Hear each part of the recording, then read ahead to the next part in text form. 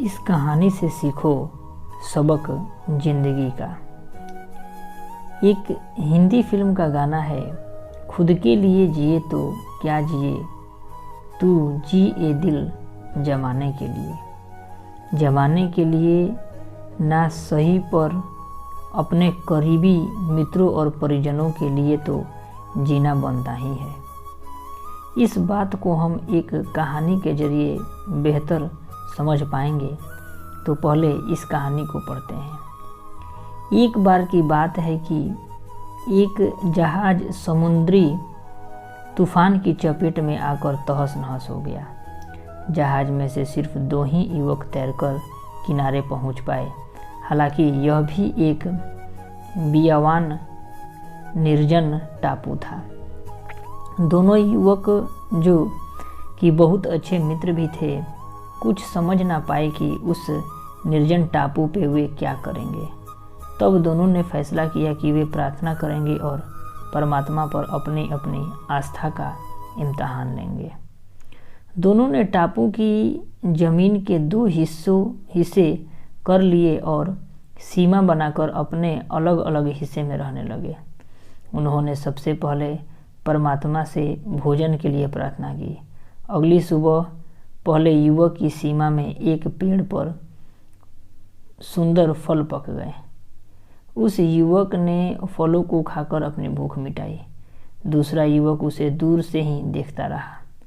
दूसरे युवक की सीमा में जमीन बंजर ही बनी रही। कुछ दिन बाद पहले व्यक्ति को टापू में रहते हुए बहुत अकेलापन महसूस हुआ। उसने परमात्मा से प्रार्थना की कि उसे एक सुंदर पत्नी मिल जाए। अगले दिन एक और जहाज तूफान की चपेट में आ गया और जहाज से बचकर आई सुंदर स्त्री ने तैरकर टापू के पहले युवक के इलाके में जाकर शरण ली, क्योंकि दूसरी ओर उसे बंजर ही बंजर दिखा। स्त्री के आ जाने के बाद पहले युवक ने परमात्मा से घर, कपड़ा और भोजन के लिए प्रार्थना की।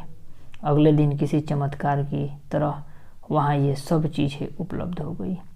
उधर दूसरे युवक के पास अब भी कुछ न था।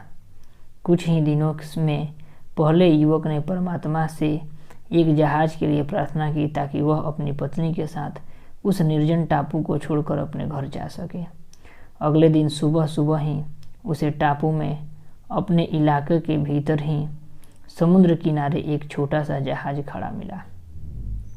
वह अपनी पत्नी को लेकर जहाज में जा बैठा। उसने दूसरे युवक को निर्जन टापू पर अकेला छोड़ देने का फैसला किया। उसे लगा कि दूसरा युवक परमात्मा का आशीर्वाद पाने लायक नहीं था, क्योंकि परमात्मा ने उसकी एक भी प्रार्थना नहीं सुनी थी।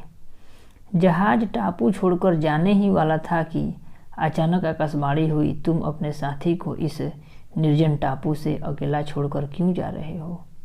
युवक ने जवाब दिया, क्योंकि यह जो मुझे परमात्मा का आशीर्वाद मिला है, इस पर सिर्फ मेरा ही हक है। मेरी प्रार्थना की वजह से ही परमात्मा ने मुझे यह प्रसाद दिया है। उसकी एक भी प्रार्थना को परमात्मा ने नहीं सुना, इसलिए उसे कुछ नहीं मिलना चाहिए। तुम यह गलत सोच रहे हो। आकाश से आती आवाज़ ने इस पहले युवक को डपटा। इस युवक की तो बस एक ही प्रार्थना थी, जिससे मैंने स्वीकार भी कर लिया था।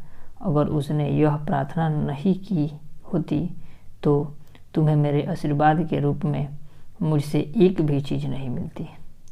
कृपया मुझे भी बताइए कि उसने मेरी प्रार्थना में ऐसी प्रार्थना क्या की है जो मुझे उसकी परवाह करनी चाहिए। पहले युवक ने आकाश से आती आवाज़ से पूछा। उसने प्रार्थना की थी कि तुम्हारी सारी प्रार्थनाओं को मैं स्वीकार कर लूँ। यह कहानी यहाँ ख़त्म होती है, पर इस कहानी से मिलने वाला सबक यहाँ से शुरू होता है। स्वार्थ इंसान को अंधा बना देता है, इतना ज़्यादा कि कई बार वह अपने फ़ायदे के लिए अपने ही मित्र को अनदेखा करने लगता है।